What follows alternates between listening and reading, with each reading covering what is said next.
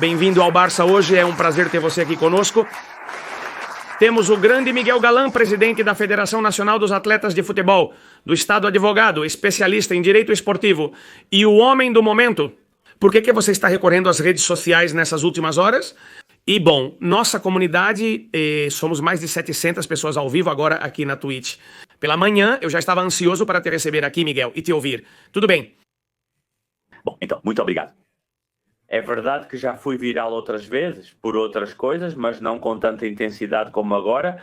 Parece que os temas federativos de inabilitar Vilar ou Rubiales não têm tanta repercussão entre os torcedores. Como essas coisas que afetam diretamente o Barcelona, o Real Madrid, o Sevilha. Então também não é minha intenção ser viral, nem quero ser tiktoker, nem influenciador, nem nada disso. Ou seja, eu me expresso livremente e essa liberdade que eu tenho juridicamente, no final, me permite não seguir a corrente. E os relatos jurídicos impostos por determinadas pessoas que estão alinhadas a um clube ou a outro?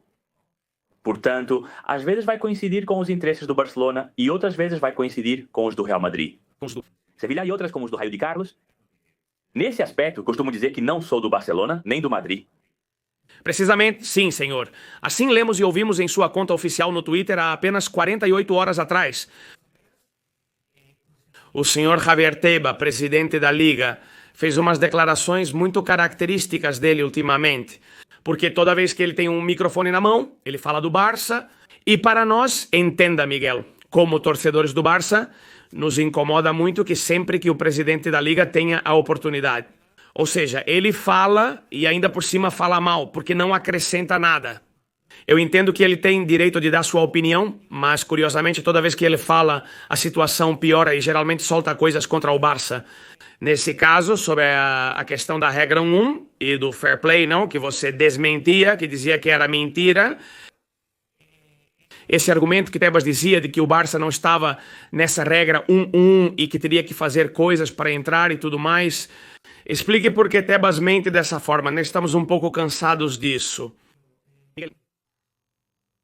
Bom, em primeiro lugar, o que eu tenho que dizer é que o Javier Tebas é protegido pela liberdade de expressão como todo mundo. Todos. Afinal, se ele não falasse, diriam que ele não fala, como acontecia com Ângelo Maria Vilar, que não falava. Depois, quando o instituí, ele já passou por todas as televisões e parece um homem muito dócil. Mas da liberdade de expressão até uma cruzada, constantemente contra o Barcelona e em algumas ocasiões contra o Madrid, principalmente contra o Barcelona, isso não faz sentido. Sempre digo que Javier Tebas é o Donald Trump da Espanha, muito perigoso no Twitter. Eu acho que se eu estivesse nessa posição da Liga, de presidente da Liga, teria muito mais cuidado ao comentar as coisas publicamente. Vamos ver sobre o que você me perguntou. Venho repetindo o que disse há muito tempo e fico feliz que o presidente do Barcelona, Laporta, tenha dito o mesmo ontem. Com quem eu nunca falei na minha vida, para aqueles que dizem que o Barça me paga, não é verdade. Nunca falei com Laporta, nem me reuni com ele, nem falei por telefone. Só nos vimos em alguns eventos e nada mais. Ontem, o presidente Laporta coincidiu comigo. Ele disse diante do senador do clube que eles estavam na regra 1-1. E por que ele diz isso? Laporta, por várias razões. A primeira de todas, do meu ponto de vista, ninguém me informou. É que ele já sabe que o novo auditor já deu sinal verde para ele, que é uma coisa nova que estou dizendo hoje. Acho que, como o auditor disse para ele, já vou contabilizar para você. Os 100 milhões de euros do assento Very Important Person, já vou colocar isso na contabilidade para você. Por quê? Porque isso era uma das coisas que, segundo Tebas, estavam fora da regra 1. E a segunda é porque, do ponto de vista jurídico, não houve uma resolução desde janeiro que dissesse o contrário. Vamos fazer uma breve cronologia dos fatos para que as pessoas entendam melhor. Em dezembro, tudo bem?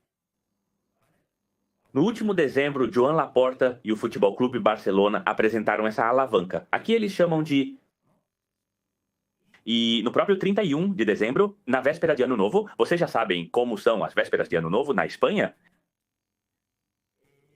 A La Liga diz ao Futebol Clube Barcelona: ei, essa operação está ótima, mas para ser efetivada, e eu a aceite, você tem que me apresentar 40 milhões de euros, o que não está em nenhum regulamento. Ou seja, no dia 31 de dezembro, ele exige uma garantia adicional que não exige auto-exclus, nem está completa na normativa e por isso não pode inscrever Daniel Mo, certo? O Barcelona não desiste. E poucos dias depois, na primeira semana de janeiro, apresenta os 40 quilos. Olha, são 40 milhões de euros, não estamos falando de 10 euros. E então a Liga diz, agora sim, porque como eu te pedi uma garantia adicional, agora sim eu te coloco na regra 1-1, mas eu não inscrevi o Dani Olmo. E ele recorre. E já sabemos o que aconteceu. Então, desde aquela semana de janeiro, em que o Barcelona... essa garantia adicional entra na regra 1, vocês concordam ou não? Resulta que o auditor de janeiro que registrou nas contas do clube essa alavanca como um ativo real, e aí chega outro com outro critério, que na minha opinião está errado, mas como não sou economista e não quero discutir, porque depois os critérios dos economistas acabam comigo. Mas eu acho que não é um ativo, mas tudo bem, porque eu acho que é um bom ativo. Mas você diz, esse eu tiro das contas, porque eu acho... os assentos very important person, inacabados, não podem ser considerados como ativos.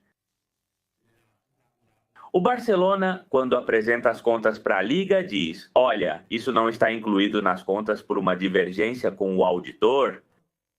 E então na Liga, aproveitando que faltavam 2 dias para a resolução do caso Olmo, e que já sabia como eu que favoreceria o Barça, pois o CSI já havia vazado tanto para eles quanto para mim, pois divulgaram um comunicado sobre mim. Revelando os estados financeiros do Futebol Clube Barcelona, revelando dados econômicos da conta de perdas e ganhos, e cumprindo o dever de conselheiro de lá. Isso. O Barcelona, como não incluiu isso nas contas apresentadas à Liga, sai da regra 1-1, com isso mata Pajado com um tiro só. Poder recorrer administrativamente no caso Olmo, alegando que não se enquadra na regra 1.1 e, portanto, não está inscrito, defendendo-se publicamente de que não está regulamentado 1.1, mas não há uma resolução, é um comunicado que depois desse comunicado, no dia seguinte, quando Javier Tebas percebe que cometeu um erro e lê meu tweet viral dizendo que ele pode ser inabilitado, ele retira.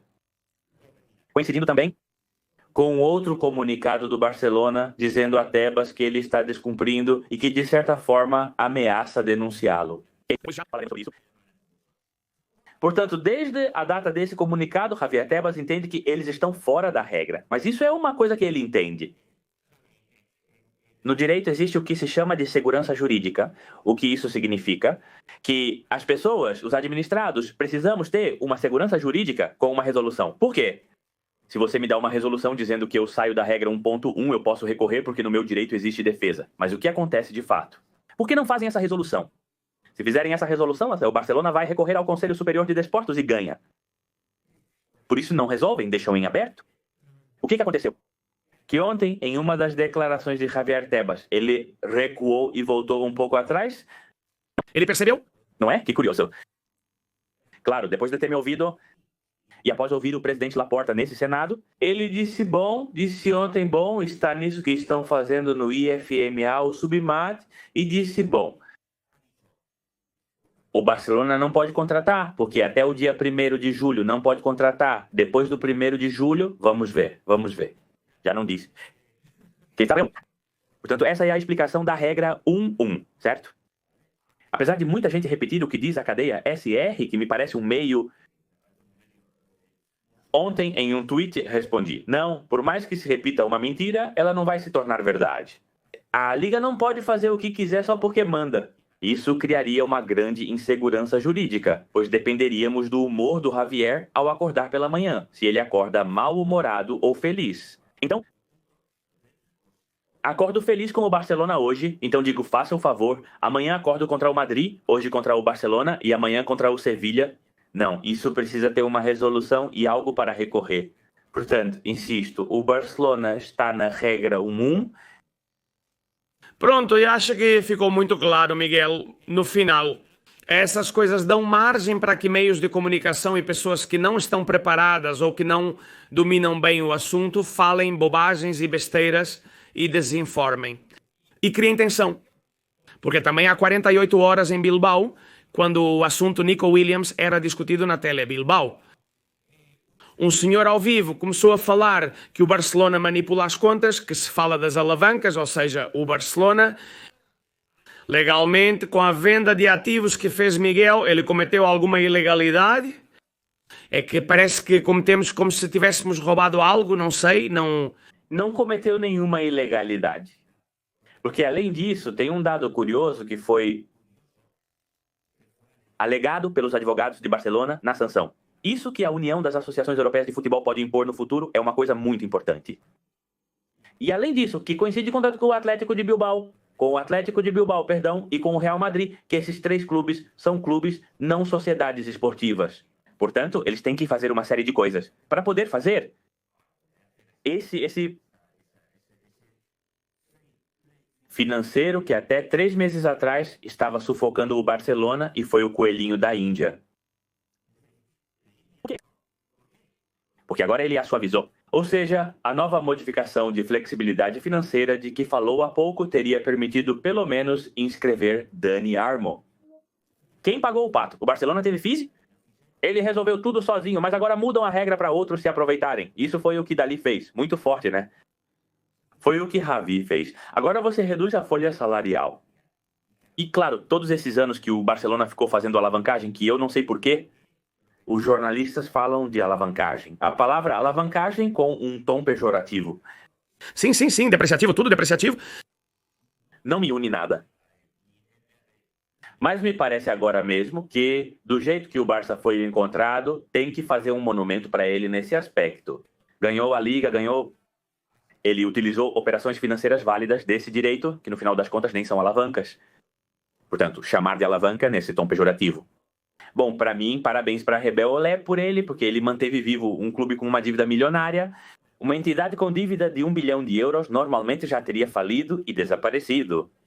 Você me entende? E justamente, né, o Barcelona chegou ao 1 bilhão de euros por culpa de Bartomeu e companhia e por culpa de Javier Tebas, que permitiu isso. Ou seja, que você agora que se endividou até o pescoço, agora o tio Paco faz liquidação na porta e diz, em 1 ano resolve tudo, né? Poxa, me dá um tempo e deixa eu fazer esses planos para eu poder construir um estádio novo, ter mais receita. Então, eu acho que, nesse aspecto, esses jornalistas que você mencionou, o que o Barcelona tem que fazer, que é verdade, né, que existem falhas. O Barcelona tem um ótimo departamento jurídico, pois defenderam muito bem nos casos Olmo e União das Associações Europeias de Futebol. Faltam pessoas do departamento jurídico, porta-vozes jurídicos, em vez de Miguel Galán, que não é torcedor do Barça. Que sejam eles a se posicionar e a enfrentar o presidente da Liga, como ele faz no Twitter. Que haja um porta-voz econômico que se manifeste no Twitter e com comunicados, renunciando toda vez que esse senhor aparecer, para também ter poder midiático. Porque senão, se o Banco da Amazônia não vier a desmentir com argumentos jurídicos, e o presidente Joan não é que não esteja preparado. Não tem por que fazer esse trabalho, e sim tem que ser um porta-voz dos serviços jurídicos ou um porta-voz da junta eletiva. Pois acabam sendo ditas uma série de coisas que na mídia vão parecer verdadeiras, né? Como já vamos falar também do caso Negreira e tudo isso, porque ninguém aparece para desmentir. E se um jornalista em Bilbao diz que o Barça falsifica contas e no dia seguinte o Barcelona entra com uma queixa por injúria e calúnia? Haverá jornalistas que não gostarão do que será dito. E quando o Barcelona tiver entrado com várias queixas contra jornalistas que os acusam de corrupção esportiva e falsidade, vamos ver. Mas o Barcelona, não sei porquê, não quer entrar nessa guerra jurídica contra jornalistas ou comentaristas quando já estão condenando o Barcelona por corrupção esportiva sem haver uma sentença? Exatamente. E o dano reputacional ao clube é irreparável. Afinal, agora tenta explicar para as pessoas comuns tudo o que estamos discutindo aqui. Não é simples, pois já foi contado muitas vezes, como você mesmo disse, Miguel. Uma mentira repetida diversas vezes acaba sendo acreditada. E se no clube não se desmente de forma categórica, pois no final essa dúvida é plantada e as pessoas não param de alegar esse tipo de coisa. Miguel, como está o caso Negreira atualmente? Em que momento do processo está o caso Negreira? Bom, então veja, o caso Negreira. Houve uma impugnação por parte dos advogados de Albert Solé, a qual também se juntou a defesa do Futebol Clube Barcelona, de Joan Laporte e companhia. na qual impugnava a prorrogação da instrução que havia sido concedida pela juíza. Por quê? Porque havia sido notificado 15 dias depois às partes, porque foi feito depois de terem passado 7 meses sem, ou seja, na última prorrogação da instrução. Antes dessa, a juíza diz: por roubo à instrução, porque falta um relatório da Guarda Civil e os depoimentos desses senhores. Portanto, não se pode fazer até que eu possa realizar essa diligência desses testemunhos, até que o relatório da Guarda Civil esteja pronto. Acontece que isso foi em junho, em novembro de 2024. Esse relatório da OASI é feito e apresentado. Bom, então de novembro até junho, até agora, até maio, até quando foi aprovado, até março, até quando foi aprovado, não houve nenhuma diligência. Se você diz que até o relatório está pronto, que é publicado em novembro, então de novembro a março, 5 ou 4 meses é uma demora injustificada para uma diligência, e depois ainda fazem uma prova de instrução. Por que você teve todo esse tempo para fazer esses depoimentos? O que aconteceu? Que, como disse a Copa e Foto, que quem disse foi Miguel Alan, e a Copa e Foto não são suspeitos de serem torcedores do Barça, disseram que o caso Negreira, disseram textualmente assim, esteve prestes a ser arquivado, como eu disse, esteve prestes a ser arquivado. O que aconteceu? Por pressão da mídia, outros motivos ou critérios jurídicos diferentes dos meus, Sua Senhoria, na audiência provincial, decidiu que rejeita o recurso desses senhores e continua a fase de instrução. Certo, continua. Com o risco de que esses advogados continuem recorrendo isso e, finalmente, a sentença final? Ou nisso pode anular tudo porque foi feito errado? A prova de instrução, mas enfim, aí continua. E então continua a prova de instrução. O que acontece? Que os depoimentos estão marcados para o dia 18 de setembro. O dia 18 de setembro, essa prorrogação que acabou de conceder já terminou também. E tem que aprovar outra prorrogação desses dias. Ou seja, faltam apenas 6 meses para 2026. Portanto, isso está condenado ao fracasso absoluto. Porque essa juíza herdou um processo judicial de um juiz, com todo o respeito à sua excelência, que fez uma instrução muito deficiente, não é? Como Imputar o crime de suborno à Negreira de imediato, considerando-o como funcionário público, entre outras coisas. Então, o que eu estou dizendo, e já me pronunciei nas redes sociais, que incomoda as pessoas, porque eu sou o único jurista neste país que diz isso. Além de Tony Freixa, que também é jurista, mas é torcedor do Barça, me refiro a um jurista que não torce para nenhum time. Aí está, independente, que diz que não vê em lugar nenhum o crime de corrupção esportiva, e como eu estudei esse crime, porque é um crime muito recente. Esse crime não existia há 10 ou 12 anos. Existia o crime normal de corrupção ou corrupção pública, corrupção nos negócios, mas esse de corrupção esportiva é novo. Portanto, há pouca jurisprudência, como o caso Osasuna e outros poucos. É preciso descobrir aos poucos, pois a jurisprudência do caso Osasuna não servirá quando alguém discordar. Além disso, o caso Osasuna reforça ainda mais a inocência do Barcelona. Por quê? Porque, veja, o crime de corrupção esportiva é um crime que juridicamente é chamado de mero resultado. O que significa isso de mero resultado? Ou de consumação antecipada, que não é necessário que o crime tenha sido cometido para ser considerado crime. Mas, neste caso, não existe uma única prova de que um presidente do Barcelona, um dirigente, um treinador, um jogador tenha se encontrado com Negreira e com um árbitro e disseram: olha, eu te pago esses 8,5 milhões porque quero que você manipule nesse jogo e tal, partida de tal dia. Esse senhor marcou 2 pênaltis a favor do Real Madrid, do Barcelona, deu 2 cartões vermelhos. Isso não existe no Madrid dele, porque me faço a seguinte reflexão, e a todos os torcedores que nos assistem, para cometer delitos. Se eu tivesse que cometer um crime na minha vida, eu também usaria a inteligência, assim como uso para fazer um mestrado ou para fazer uma preparação para uma entrevista ou para fazer. Se eu tivesse que cometer um crime, diria: se eu tiver que pagar um árbitro, então vou lá e pago 300 mil, 500 mil ou 1 milhão de euros. por fora, em dinheiro vivo da conta e numa maleta. Vou para não sei onde, mas eu vou pagar contas com transferências bancárias, deixando rastro nas contas bancárias, na Receita Federal. Para manipular o jogo, eu seria o criminoso mais idiota do mundo. Porque eu deixaria... Prova. Portanto, isso demonstra a ingenuidade do Barcelona, que pagou esse dinheiro por relatórios neutros, realmente. Porque se eu quiser pagar para alterar partidas, eu levo o dinheiro em uma maleta, eu levo o dinheiro, não faço transferências e não declaro para... Tudo declarado? Não faz sentido. Declarado tem um sentido declarado de crime de corrupção esportiva. Portanto, não vejo o crime de corrupção esportiva nem mesmo como constatação antecipada, ou seja, nem como intenção, porque não existe prova.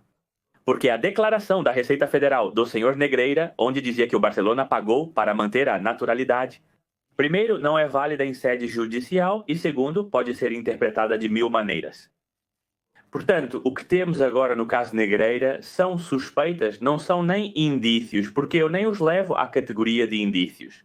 Que os indícios também não servem para condenar, porque há muita gente que defende condenar por indícios. Isso pode acontecer uma vez a cada 1 milhão em um caso judicial, mas normalmente não se condena por indícios, se condena por provas. Certo? Mas é que nesse caso estamos falando de suspeitas, conjecturas. Suspeitas não são indícios nem provas e ninguém pode ser condenado por elas. Suspeito que, como vice-presidente dos árbitros, decidia sobre promoções e rebaixamentos e acompanhava os árbitros até o vestiário do Camp Nou. Então eu suspeito que deram uma mala de dinheiro ou que pagaram esse dinheiro porque marcaram um pênalti a favor. Olha, não, primeiro, né, do ponto de vista das provas, já disse Emílio Cortez, professor de Direito, é diabólico. Não se pode comprovar o nexo causal entre um pênalti marcado a favor do Barcelona e esses pagamentos. E o que acontece? Que se marcaram 3 pênaltis a meu favor. Por que esses 3 pênaltis foram marcados? Já, porque eu paguei, pronto, tem que conectar, tem que haver uma conexão entre o pagamento e uma corrupção esportiva. Não, uma corrupção esportiva é como eu, por exemplo, quando denunciei o caso da Supercopa da Espanha, porque eu tinha áudios de Gerard Piqué com o senhor Rubiales, que foram públicos em todas as televisões, onde Gerard Piqué dizia ao senhor Rubiales, Rubiales, já consegui 7 paus, que são 7 milhões de euros, 4 paus, que também não significa que eles vão conseguir. Fiz a denúncia, mas depois vamos ver. Você tem algum indício? Isso sim, porque são gravações. Se eu tivesse uma gravação de, sei lá, Pino Zamorano, Alfonso Pino Zamorano, que é meu amigo, Alfonso Pino Zamorano, com Henrique Negreira, onde diga, Henrique Negreira, olha, pega esse dinheiro, 100 mil euros, que o Barcelona me deu. E já sabe, no minuto 90 você tem que expulsar esse aqui e tem que fazer. Não se preocupe, que o Barcelona vai ganhar. Por exemplo, e estou colocando uma coisa. Isso sim é uma prova, pois tem um WhatsApp e um e-mail. Mas não há nem testemunhos de árbitros. Não há nem testemunhos. Porque diziam, bom, então há testemunhos. Tem 3 árbitros ou 3 pessoas que dizem que tal dia, de tal data, Negreira deu. Ou há uma transferência de Negreira, ou da empresa negra, ou do filho para um árbitro de futebol. Também não há transferências. Você me entende? Portanto, e se tudo isso cair, todas essas coisas seriam boas. E muitos juristas sabem disso, não sei por que não se pronunciam publicamente. Pois isso com o dano que foi causado ao Barça, evidentemente, era por tudo o que foi falado na imprensa. Com o que você está contando, Miguel? Eu espero que o Barça haja mais cedo ou mais tarde e realmente entre com queixas e se defenda. Defenda a instituição, porque a marca Barça como tal ficou muito prejudicada. Somando a isso, né, ao tema das alavancas que já falamos antes, somos uns ogros. O Barça é um ogro agora mesmo na Espanha. É um clube que rouba, que fez, e não é assim, é muito pesado. É que veja agora mesmo, não me lembro, mas eu acho que todos esses pagamentos coincidiram com a época de Guardiola. Messi, de fato, junto do melhor Barça da história com Xavi e Iniesta. De fato, isso coincide com termos ganhado a Copa do Mundo com eles, a Espanha, com todos os espanhóis. Portanto, eu acho que, olha, vamos ver. Nem a narrativa esportiva nem a jurídica se sustentam. O melhor Barcelona da história, com o melhor jogador do mundo naquele momento, que era o senhor Messi, com outros dos melhores jogadores do mundo, Xavi e Iniesta e companhia, Puyol e outros caras. Eles conseguiram esse sucesso pelo futebol que apresentavam. E eu sou treinador profissional de futebol, com licença União das Associações Europeias de Futebol Pro e nível 3, posso atestar isso. Você entende? Que houve momentos pontuais de erros de arbitragem. Erros de arbitragem que beneficiaram o Barça? Sim. Com certeza também. Há erros de arbitragem que beneficiaram o Real Madrid e o Getafe. Se tivesse consultado o árbitro assistente de vídeo, os erros de arbitragem teriam sido evitados, pois eles existiam de fato. Agora, com o árbitro assistente de vídeo, imagine quando não havia árbitro assistente de vídeo, portanto, nesse caso, são erros de arbitragem. Vamos ver que na história do futebol, não só com o Barcelona nem com o Real Madrid, pode ter havido algum árbitro que tenha sido comprado ou vendido. Eu acho que nossa mente pode imaginar isso, porque todas as profissões, em 80 anos ou 50 anos de arbitragens, tanto no futebol profissional quanto no futebol amador. Pois agora alguém ficou sabendo, assim como estamos sabendo agora, que acabei de descobrir que o governo de Navarra pagou 40 milhões de euros a uma empresa. De fechar? Ou seja, então está certo pelo mesmo motivo. Isso pode acontecer em todas as profissões. Mas por isso... Portanto, eu acho que o caso Negreira já está cheirando mal e prejudica. E sabe o que acontece?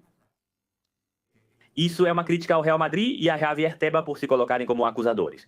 Vou te perguntar sobre o fato de terem se apresentado para causar dano, não é? No final das contas, é isso mesmo? Porque se há um processo natural, eu entendo que eles têm o direito, né, de se apresentarem, né, como supostamente se sentem como prejudicados, né? Mas claro, vendo que não há nada. Miguel... Claro, mas eu, se fosse Joan, diria primeiro para Florentino: você quer que eu te apoie com a Superliga e ir para a Superliga e depois se voltar contra mim? Ou você sai dessa causa agora ou segue seu caminho. Farei minha Superliga e você faz a sua. É isso mesmo. Deixa eu ver. E a Liga? Quer dizer, um dos juntos, não um só. Junto com o Real Madrid, os dois clubes mais importantes do mundo que estão na sua liga. Você se apresenta contra eles para prejudicar a imagem deles, que no final desvaloriza a imagem da liga, da sua liga, que você tanto defende, que no final desvaloriza as receitas. Acho que saiu o tiro pela culatra, pois ontem o presidente informou que no próximo ano será batido o recorde de receitas. E quando o Camp Nou for reaberto, isso pode ser total. Portanto, eu acho que todo esse tipo de coisa não serviu para nada para eles. Sinto falta de maior firmeza jurídica em algumas coisas no Barcelona. Por exemplo, em denunciar Javier Tebas sobre a questão da confidencialidade, não o fazem para mantê-lo sob controle. Mas não faz diferença, não faz diferença. Você não vai controlar Javier Tebas, a menos que você faça uma denúncia contra ele. Na verdade, Miguel, no seu tweet do outro dia você foi bem claro. Você vai fazer uma denúncia, ou seja, pelo crime que ele cometeu ao publicar esse relatório do Barça de forma pública, que é algo totalmente ilegal, de ser totalmente inabilitado da Liga, quer dizer, é isso mesmo? Você até disse nos Gigantes que se algum sócio do Barça denunciar, isso também pode prosperar. Vamos ver. Sim, o crime. Como tal, bom, poderia haver um suposto crime de revelação de segredos, e isso poderia ser tratado pela via penal, teria que ser analisado. Agora, na via administrativa, há uma infração gravíssima. E além disso, como há precedentes nos quais eu sou participante e protagonista absoluto, são a destituição de Ângelo Maria Villar, a inabilitação de Rubiales e a nomeação de Pedro Rocha. Ou seja, que eu, com casos semelhantes, em alguns até um pouco menos graves, como no caso do xadrez, você vai conseguir a inabilitação. O presidente da Federação Espanhola de Futebol, ainda em exercício, é uma pessoa mais importante do que o presidente da Liga. Esse assunto, para mim, está claríssimo. Ele descumpriu o dever de confidencialidade que deveria ter com todos os clubes. E como será que ele percebeu? E no dia seguinte, porque foi a primeira vez que eu vi a Liga retificar ou eliminar um comunicado do seu site. Você me entende? Por quê? Porque eles perceberam, então, o que acontece.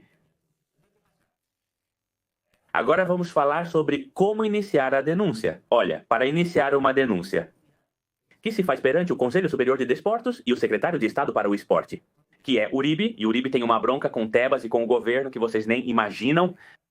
Portanto, ou o Barcelona aproveita que está o Partido Socialista e que está Uribe, ou quando vier Fijo, vai ser impossível.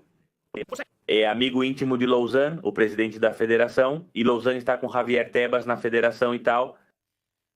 Para iniciar isso, é necessário fazer uma denúncia. E para fazer uma denúncia, é preciso ter legitimidade ativa no direito, também conhecida como legitimação ativa. E o que isso significa? Que você tenha um interesse e que isso afete diretamente. Então, quem tem esse interesse e quem tem legitimidade ativa? Em primeiro lugar, o Barcelona como entidade jurídica, porque foi a parte prejudicada. E depois, analisando um pouco juridicamente, os sócios que pagam religiosamente sua mensalidade e que são sócios do Barcelona, são membros do Barcelona. E ao ser membro do Barcelona, pode iniciar uma denúncia junto ao Conselho Superior de Esportes à atenção do senhor Uribes. E é muito fácil. Qualquer sócio com certificado eletrônico digital redige a denúncia e a apresenta na sede eletrônica do Conselho Superior de Esportes, que ele procura na internet com seu certificado eletrônico digital, se identificando, apresentando a carteira de sócio para comprovar que é sócio do Barcelona e a denúncia contra Uribes é apresentada e ele inicia o procedimento. É simples assim. É assim de... Simples. Portanto, qualquer sócio do Barcelona poderia iniciar. Teria que contribuir o famoso comunicado que está no meu tweet protocolado em cartório, porque já o eliminaram, porque eles o proíbem. Apresenta o comunicado protocolado que eu tenho no meu Twitter. Apresentam a carteirinha de sócio e o registro geral dele. Fazem uma denúncia explicando um pouco. Se você não tem um advogado de direito, qualquer um, que pegue o CGPT e coloque a inabilitação que eu fiz do Pedro Rocha, que está na internet. A inabilitação do presidente da Federação Espanhola de Futebol. Pega essa inabilitação, coloca no CGPT e diz: faça uma denúncia parecida com essa do Pedro Rocha. Para quem não faz a menor ideia, dessa forma ele faz e já está rotulado, pois atualmente não tem nenhum. É muito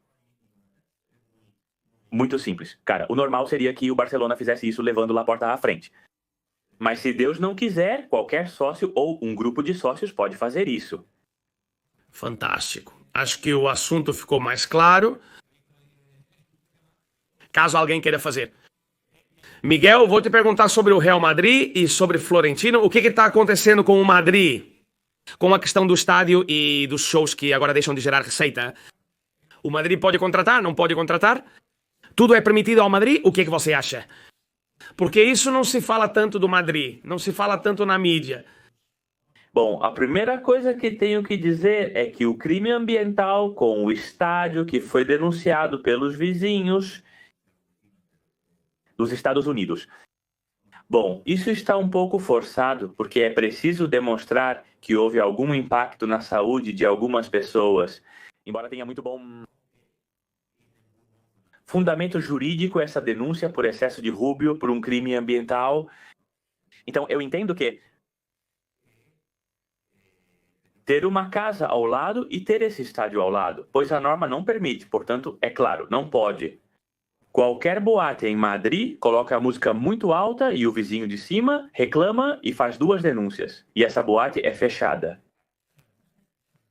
Já vivi isso com amigos donos de boates que fecharam por excesso de barulho. Ou as casas de chá, que agora são chamadas de casas de chá. Tenho um amigo em Vallecas. Aliás, tenho um amigo em Vallecas que eu mesmo defendi, que fecharam a casa de chá dele. Os vizinhos de cima e a comunidade de moradores denunciaram o morador por fazer mais barulho que o normal. Ele se defenderá no tribunal após as denúncias. Não entendo como aqui, que segundo a queixa dos vizinhos, o limite de decibéis permitido pela norma de Madrid foi multiplicado por 2.000. E não tanto a questão do estádio. E isso, bem, é preciso ter cuidado. As alavancas do Real Madrid, baseadas nesses contratos, parecem tão legítimas quanto as do Barcelona. Não vou desmerecer o que não entendo nessa dupla medida da Liga. As alavancas do Real Madrid e do Barcelona são o assunto em questão? Ou as alavancas do Real Madrid e do Barcelona em relação à União das Associações Europeias de Futebol, né? Porque essa diferença para o Madrid... Mas eu vou criticar pouco essas operações financeiras do Florentino. Se me parecem boas, assim como as operações financeiras do Laporte me parecem boas, não vou criticar. Tudo por quê? Porque eu acredito no livre mercado. É que eu sou contra o fair play financeiro, isso vai contra o direito da União Europeia. Você consegue imaginar uma norma na Espanha ou na Europa que dissesse para a Mercadona, para a Resol ou para o Carrefour quanto eles têm que gastar e faturar por ano? Mas por quê? É isso que acontece aqui no futebol? No final, não podemos competir em igualdade de condições com a Premier ou outros por causa desse tipo de leis? Claro, contra os clubes-estado, né, que chega um árabe e coloca 1 bilhão de euros, não dá para competir, não deixam eles crescerem. Quer dizer, eu vejo isso, mas a culpa é do próprio Real Madrid, do próprio Barcelona. Por quê? Eles já deveriam ter denunciado isso no Tribunal Superior de Justiça Europeu para que houvesse um caso na União Europeia, Bosman, mas de clubes, e disseram, olha, você não me limite o que eu posso gastar ou o que eu coloco no SAPO. Isso vai contra os artigos 101 e 102 do Tratado da União Europeia, pois fere o livre mercado. E se eu quiser gastar 3 ou 5 bilhões sem ter esse dinheiro e... A falência do Barça é culpa dos sócios que permitiram os gastos excessivos, mas não é culpa do livre mercado, ou seja, essa tutela que a Liga e a União das Associações Europeias de Futebol querem exercer. E Javier Tebas sobre os culés, porque não os considera maiores de idade para se autotutelarem, pois me parece um pouco infantil. E se ele ouve, não ouve? Se chegarmos a um momento em que o Real Madrid e o Barcelona têm um orçamento de 10 bilhões de euros e o Getafe tem 10, bem, olha, isso é como a Apple, que tem 200 bilhões de dólares, e a empresa de informática, em frente ao Mika Samparla, tem 10 mil euros. É a lei do mercado? É o capitalismo puro? Ou vamos transformar agora a liga em uma liga comunista? Ou seja, Entendo. Você perguntou sobre a Real Madrid Televisão. Sim, sim, sim. Qual que é a sua opinião, Miguel, sobre o que o Madrid fez com essa televisão? Toda semana com os árbitros antes dos jogos? Quer dizer, eu entendo que cada clube tem o direito de fazer o que quiser com a sua televisão, mas condicionar dessa forma o grupo de árbitros, dia sim, dia não, tão explicitamente, e depois agem como se não tivessem nada a ver com isso. Isso vai, quer dizer, sim, é nosso, mas não, quer dizer, do que se trata isso? Do que se trata isso? Tenho duas opiniões sobre o assunto, uma jurídica e outra ética e moral. A opinião ética e moral é que eu não acho correta a linha televisiva do Real Madrid. Contra os hábitos e fazendo esse tipo de reportagem de alguma forma para pressionar o hábito e a opinião jurídica, me parece que o Real Madrid tem liberdade de expressão. É possível fazer esses vídeos sem quaisquer consequências, entende? Então, tanto a Real Madrid Televisão quanto a Barça Televisão ou outro tipo de televisão tem liberdade de expressão, desde que não cometam o crime de injúria, de calúnia, pedem liberdade de expressão para coagir, extorquir ou pressionar um árbitro, como você preferir chamar. Agora, do ponto de vista de torcedor de futebol, não está certo. Porque essa televisão é assistida por muitos menores de idade. Que jogam futebol e... que depois vão aos campos de futebol do Vila Verde, do Parla ou do Getafe. E vão dizer para o pobre árbitro de 15 anos que é para tirar o outro. Por quê? Porque é preciso aprender a respeitar o árbitro, mesmo que ele erre contra o nosso time, então temos que começar a respeitar. E também não me parece certo, me desculpe, também não acho certo que antes de uma final, alguns árbitros apareçam em uma coletiva de imprensa. Eu fui um dos primeiros a defender que os árbitros tinham que ter liberdade de expressão para poder falar na imprensa e dar declarações. E eu defendi isso. E com a chegada de Luzzai, eles tentaram. Mas o que não se pode fazer é, um dia antes de uma final, dizer o que aquele árbitro, aquele bandeirinha, disse contra o Madrid. Porque aí você já condiciona. Você entende? E então? Mas... porque ficaram muito ofendidos com o que a Madrid Televisão fez. Não se pode dizer isso antes de uma final, porque depois veja como foi o jogo. Mas então, por quê? Estamos falando de comentar sobre uma partida futura e sobre um time futuro. Se fará tais declarações, por que não esperar até depois da partida? Ou por que não faz essas declarações uma semana antes? Por que você faz isso no dia anterior ao jogo, no dia anterior da partida? Os árbitros querem fazer coletiva de imprensa. Eu concordo, mas para conversar, não para falar de polêmicas. Para falar sobre coisas do jogo, sobre como você se sente, como encara essa partida, o que acha do jogo de um time, do outro time, mas não para falar de polêmicas da televisão ou do caso Negreira ou de outros casos. E não, porque aí a gente transforma isso em um salva-me do futebol. Não, sim, sim. Concordo com você, Miguel. O que aconteceu já tem um caminho traçado, não tem volta. Talvez o cara tenha se sentido tão pressionado e tão que acabou falando, mas talvez ele tenha razão. Talvez o melhor teria sido falar única e exclusivamente sobre o jogo e o pós-jogo, né? Publicamente. Pegar um microfone e dizer, olha, eu me sinto assim por tais e tais motivos. Não gosto que isso tenha sido dito e porque acabou prejudicando. Colocaram em dúvida o meu critério como profissional, mas enfim, no final das contas vou te dizer uma coisa, essa é a minha opinião pessoal. A opinião? A jurídica é a mesma da televisão?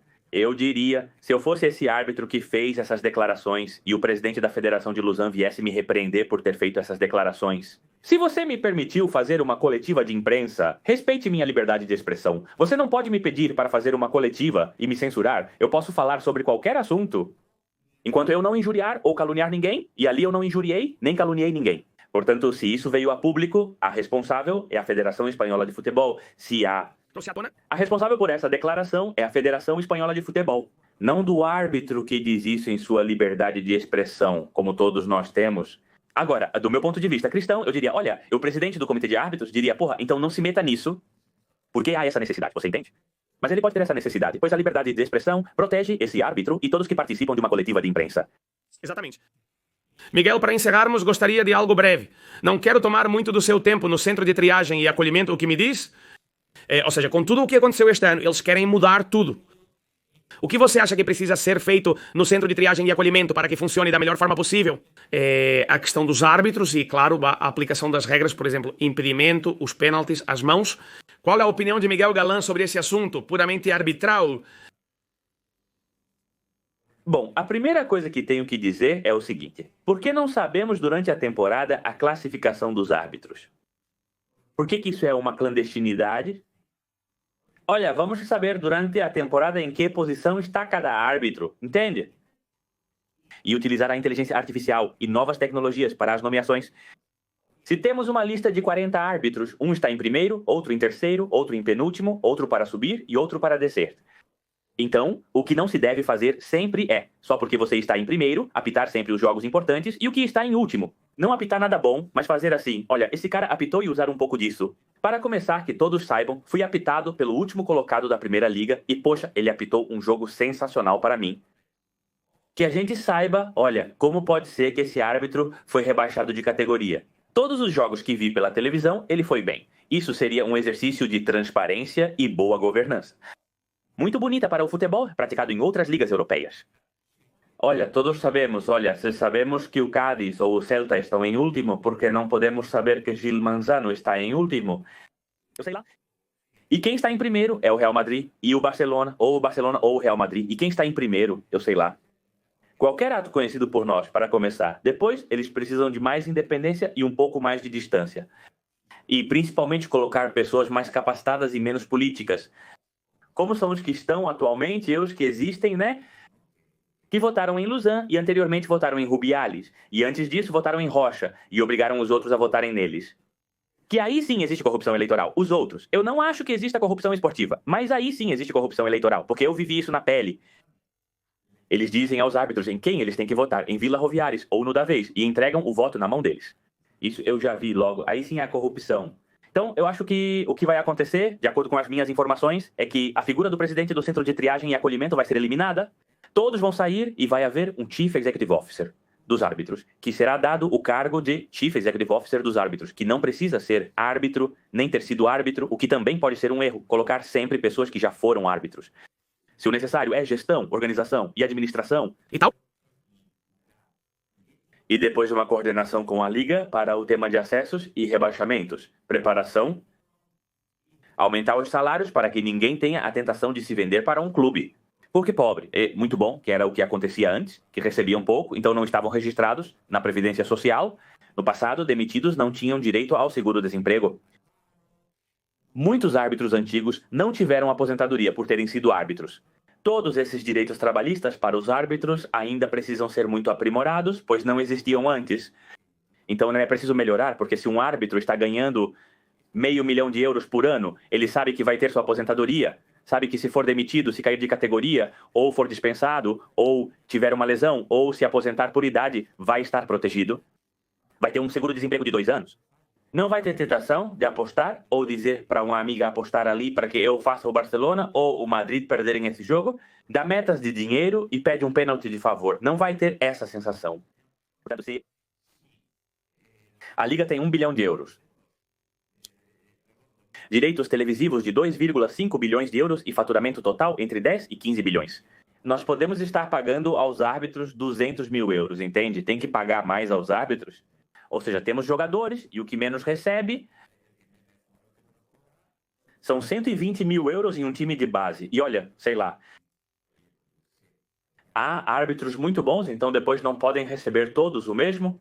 Não é justo que um árbitro recém-promovido ganhe o mesmo que um árbitro experiente que apita na Champions League, Copa do Mundo ou Eurocopa. Aquele que já está há 5 anos na primeira divisão terá que receber muito mais, ou seja, terá que ter uma categoria maior. Encarregado especialista ou o operário, todos terão que ter categorias. Como acontece na vida real nas empresas, não é? Então eu entendo isso. Sobre a questão dos hábitos, mudar, não tirar a centro de triagem e acolhimento, colocar um Chief Executive Officer, uma organização que organize isso, esse Chief Executive Officer, certo? Listas abertas de classificação para saber quem sobe e quem desce. Melhorar o árbitro assistente de vídeo.